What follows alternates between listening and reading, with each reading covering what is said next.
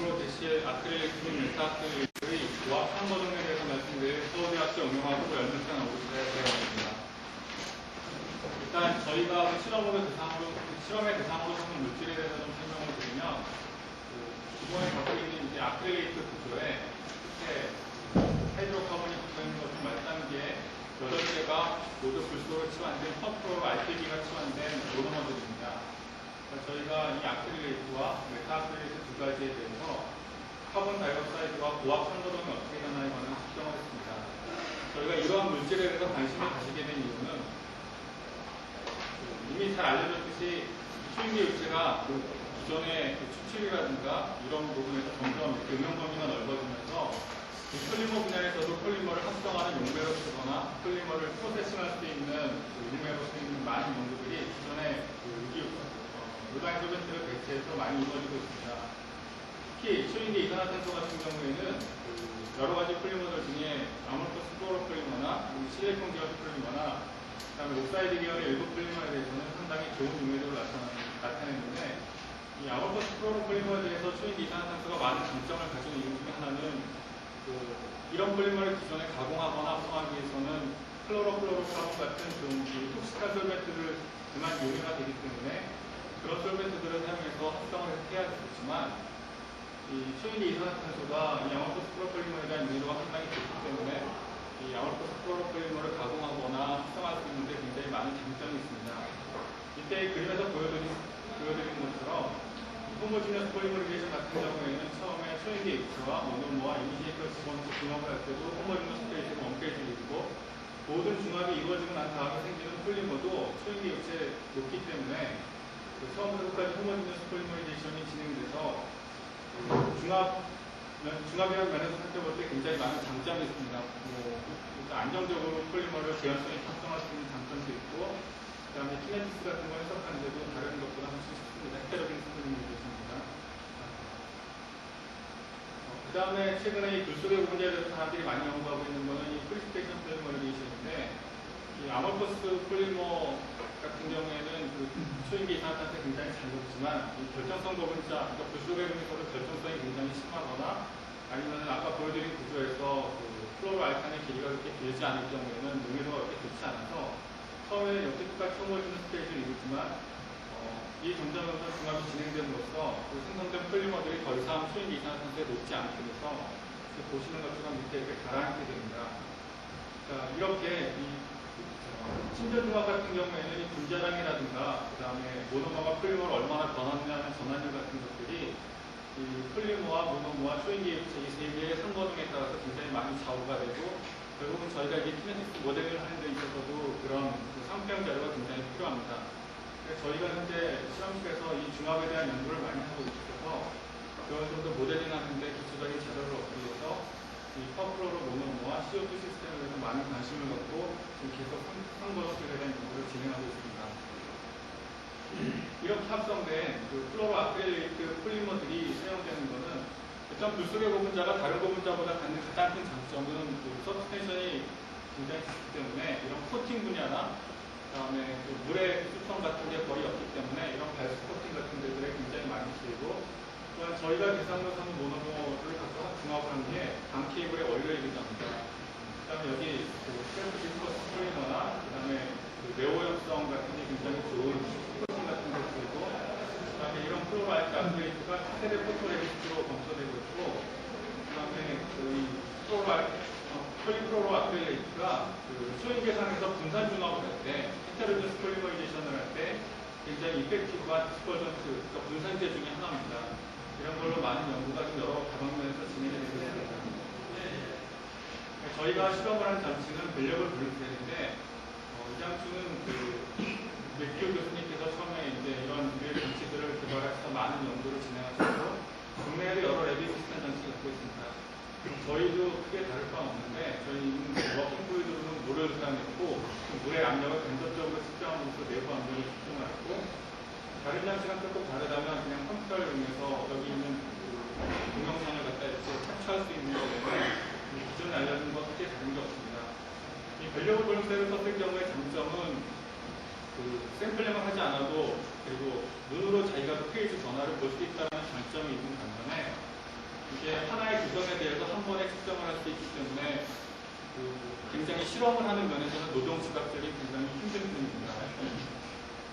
하여튼 열심히만 해서 하면 그리고 상당히 경험이 생겨서 페이지를 제대로 잘만 볼 수 있다면 헤비소리즈 같은 경우처럼 이렇게 샘플링이 어렵거나 폴리머들처럼 이렇게 분석이 마땅치 않은 것들에 대해서는 상당히 효과적인 상품형을 측정할 수 있는 도구이기도 합니다. 저희가 쓴 장치의 온도계는 에큐러시가 플러스 마이너스 한 0.05K 정도의 정밀도를 가지는 것 같고, 암벽계는 저희가 읽어드리는 것이 한 0.01% 정도로 굉장히 비교를 정밀한 암벽을 썼습니다. 이게 아크릴리트와 메타아크릴리트에 대해서 바이너리에 대한 상표형 측정 결과입니다. 보시면 제가 이제 저희가 지금 택해서 실험을 한 게 50도, 60도, 70도, 80도로 되어 있는데 이 온도를 택해서 실험을 한 이유는 라디컬 중압을 할 때 열계 시료로 쓰는 AIBM 갖고 중압을 하는 게 대부분 한 50에서 80도 사이에서 이루어지게 돼서 저희가 실제로 중압에 실험한 결과들을 나중에 모델링하기 위해서 이 온도는 좀 저희 랩에 필요한 그걸 좀 집중적으로 측정을 했습니다.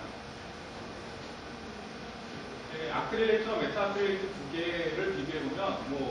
그렇게 큰 차이가 나지 않습니다. 거의 비슷한 커브로 그리는데 아크릴레이트보다 메타아크릴레이트가 조금 더 크라우드 포인트,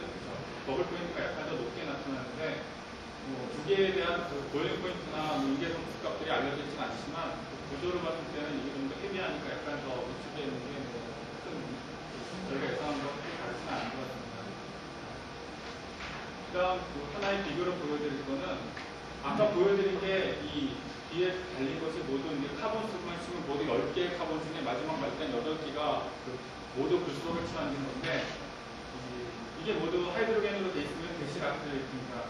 그러니까 이거에 대해서는 몇 개의 변수를 생겨서 이쪽에 대해서 이 노동과는 굉장히 선도적인 연구들을 많이 해서 많은 연구 결과들을 내셨는데요. 그거와 비교를 해보면은 훨씬 더 낮은 쪽에서 원페이지 이름을 알 수 있습니다.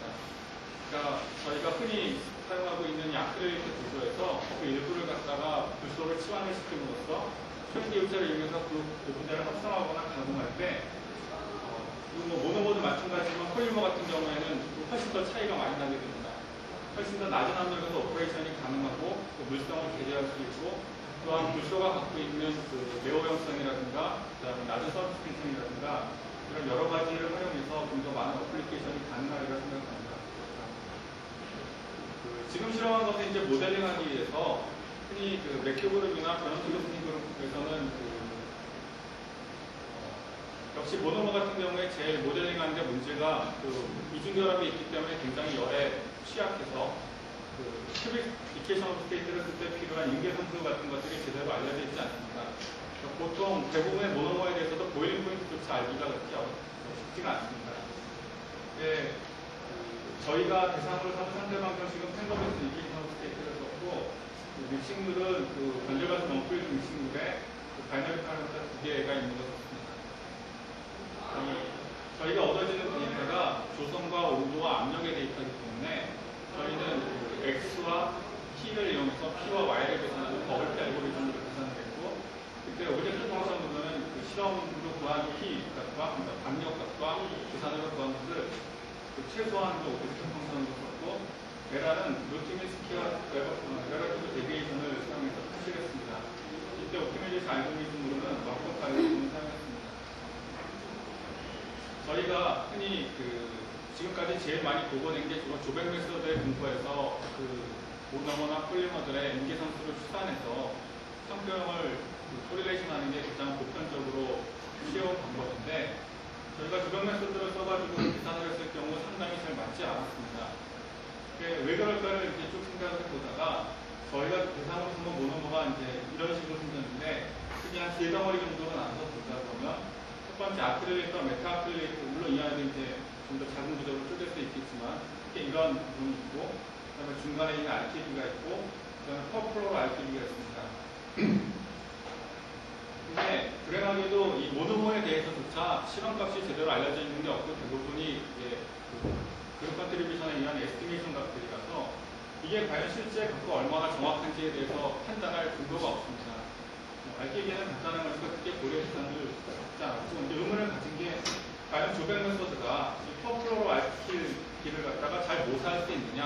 그거를 잘 예측할 수 있느냐에 대해서 의문을 갖고 한번 이제 생각을 해봤습니다. 조백 메서드는 잘 아시는 대로 이렇게 되어 있고, 조백 메서드 같은 경우에도 보일링 포인트가 필요한데, 암브로즈 메서드나 조백 메서드가 흔히 많이 쓰이지만 저희가 조백 메서드를 택한 이유는 보일링 포인트가 있으면 당연히 크리티컬 템퍼레이처도 훨씬 더 잘 맞출 수 있지만 모노모델에 대해서는 대부분 보일링 포인트가 알려져 있지 않는 게 대부분입니다. 특히 저희가 하는 것들은 대부분 그렇고, 조금 알려져 있는 게 굉장히 저압에서의 베이퍼 프레셔 데이터 정도가 알려져 있는데, 그 데이터를 갖고 익스트라폴레이션을 잘못해서 하면은 굉장히 오차를 많이 수반하기 때문에 상당히 어려운 점이 많습니다. 조백 메서드 같은 경우에는 보일링 포인트에 대해서도 그룹 컨트리뷰션으로 구할 수 있는 방법을 제시하고 있어서 저희가 조백 메서드를 이용해서 한번 계산을 해봤고, 오메가에 대해서는 리테스마 메서드를 이용해서 계산했습니다. 이게 잘 알려진 대로 이제 조백 파라미터인데, 조백 메서드의 파라미터 중에 문제는 이 불소에 대해서 그냥 치환기 하나 붙은 거에 대한 고려를 할 뿐이지, 굉장히 불소가 많이 붙은 알칸을 어떻게 고려해야 될까에 대해서는 그렇게 자세히 고려를 하고 있지 않습니다. 그림으로 보시면 이건 이제 점들은 보일링 포인트와 PC에 대한 실험값들입니다. 조백 메서드가 예측하는 건 이렇게 카본 수가 커지면 커질수록 리니어하게 증가해 나가는 걸 좀 예측하게 되는데, 카본 4개 정도를 기준으로 해서 이쪽 부분은 오버 에스티메이션을 하고 이쪽 부분은 언더 에스티메이션을 하게 돼서 이런 그룹 컨트리뷰션 메서드로 저희 모노머의 PC를 추산했을 경우에는 PC 같은 경우에는 언더 에스티메이션 할 가능성이 상당히 커지게 된다는 생각을 하게 됐습니다. 그래서 하나의 아이디어를 낸 게 조백 메서드에 있는 큰 스트럭처는 그대로 유지한 상태에서 실험값이 알려져 있는 퍼프로 알칸의 데이터들을 쭉 가지고 CF2와 CF3 파라메타를 만들어서 그때 리그레션 했을 때 나온 델타 값들이 무엇인가에 관해서 저희가 구해봤습니다. 여기 빨간색으로 보여지는 것처럼 그렇게 저희가 새로 구한 파라메타를 이용해서 당연히 리그레션을 했으니까 잘 맞는 건 당연한 얘기긴 하겠지만 그래도 비교를 잘 쫓아갈 수 있다는 걸 생각해서 이름이 좀 거창하긴 하지만 이 방법을 저희가 그냥 조백 메서드를 조금 모디파이 했다는 뜻에서 모디파이드 조백 메서드라고 불러서 계속 나타내겠습니다. 그래서 저희가 한 방법이 좀 타당한가를 보기 위해서 저희가 대상으로 삼는 플로로 RP를 구조 중에 일부러 갖고 있는 것들에 대해서 좀 비교를 해봤는데, 이거는 잘 맞는 것만 보여드리는 건 아니고 실제로 실험 데이터가 알려져 있는 게 그렇게 많지가 않습니다. 그래서 알려진 실험 데이터 것들을 두 개를 비교해서 보면 조백 메서드에 비해서 저희가 파라미터를 새로 구해서 리그레션 한다 보면 특히 TC 같은 데서 훨씬 더 실험 값을 좀 더 비슷하게 추측하고 있는 것을 확인할 수 있습니다. 또 하나 저희가 그룹 컨트리뷰션 메서드 중에 채택해서 본 게 최근에 좀 많이 알려진 컨스탄티노 가니 메서드를 이용해서 해봤는데, 이 방법을 쓴 것도 역시 마찬가지로 보일링 포인트에 대한 어떤 그룹 컨트리뷰션 메서드를 제시하고 있습니다. 가니 메서드의 파라메타들을 쭉 나타냈는데, 가니 메서드는 특징적인 것 중에 하나가 이 오메가에 대해서도 그룹 컨트리뷰션 할 수 있는 메서드를 나타냈는데, 저희가 대상으로 쓰는 것들에 대해서는 이쪽에 파라메타가 빠져 있어서 오메가에 대해서는 역시 앞에 PC를 이용해서 리테스마 메서드를 이용해서 같이 계산을 했습니다. 가니 메서드 같은 경우에는 조백 메서드가 리니어 릴레이션십을 보이는 것에 대해서 굉장히 잘 따라가고 있습니다. 빨간색으로 표시했지만 기존의 실험 데이터를 굉장히 놀라울 정도로 잘 따라가고 있습니다. 그래서 저희가 인계 상수를 갖다가 여러 가지로 나눠서 한번 계산을 해서 비교를 해봤는데, CO2는 실험값이 있으니까 실험값을 사용하였고, HDF-DA에 대해서 2번으로 되어 있는 것은 오리지널 조백 메서드에 공부한 TCPC 오메가 값들이고, 그 다음에 3번 같은 경우에는 저희가 새로 파라미터 두 개를 추가해서 계산하는 것들이고, 4번 같은 경우에는 가니 메서드를 이용해서 계산한 PCPC, 그 다음에 오메가 값들입니다. 그 세 가지에 대해서 동일한 조건에서 계산을 수행해 본 결과 차이가 그렇게 크지는 않지만 조백 메서드가 가장 안 좋은 결과를 보였고, 그 다음에 모디파이드 게 조금 더 좋은 결과를 보였습니다. 근데 아크릴레이트 같은 경우에는 큰 차이를 보이진 않았는데, 메타 아크릴레이트 같은 경우에는 조백 메서드보다 한 2% 정도 개선된 코릴레이션 결과가 있었고, 그 다음에 CG 단위 메서드에 비해서는 한 1.5% 정도 개선된 정도의 코렐레이션 리서치를 좀 더 얻을 수가 있었습니다. 그러니까 이거는 모디파이드 조별 메서드에서 구한 CF, CX 파라메타를 갖고 계산을 해본 건데 비교적 실험 데이터들을 잘 쫓아가고 있는 걸 확인할 수 있습니다. 이거는 80도씨에 대해서 단위 메서드와 그 다음에 저희가 새로 제안한 파라메타를 이용한 조별 메서드를 이용해서 비교한 건데 한 몰 프랙션이 한 0.8 정도까지는 두 메서드가 큰 차이 없이 비슷하게 쫓아가는데 임계점 부분에 가면은 좀 언더에스티메이션 하는 기능들이 있습니다. 그거에 비해서 파란색으로 표시된 조별 메서드가 굉장히 잘 맞는 것 같아 보이지만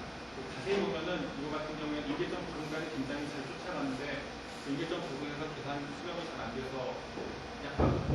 추세로 보면은 여기 이렇게 조금 보이듯이 약간은 오버에스티메이션 하는 것으로 계산이 됩니다. 그래서 저희가 50도에서부터 80도 영역에 대해서 압력은 대강 한 140바 정도까지 이 불 속의 모노몬에 대한 프레전 컴퍼리션 아이소성에 대한 시험 값들을 그렸고 팬더미스 인디케이션의 어드저스트 파라미터 두 개를 이용해서 비교적 잘 쫓아갈 수 있는 계산 결과를 얻었습니다. 그 다음에 모디파이드 조별 메서드에서 제안한 CF3와 CF2 파라미터를 가지고 계산을 했을 경우에는 전체적으로 계산 결과가 굉장히 괜찮았지만 임계점 부분에서는 약간 오버에스티메이션 하는 결과를 나타냈고 그 다음에 오리지널 조별 메서드나 그 다음에 CG 메서드 같은 경우에는 임계점 부분에서 약간 언더에스티메이션 하는 경향을 나타냈습니다. 그 다음에 저희가 실험의 궁극적인 목적으로 삼고 있는 거긴 하지만 RQ 메타아크릴레이트에 비해서 그 중에 일부가 불속으로 치환됐을 경우에는 훨씬 더 CO2에 대한 능력도가 좋아져서 훨씬 낮은 압력을 원페이지를 이루는 걸 확인할 수 있어서 앞으로 이런 쪽을 잘 이용해서 좀 더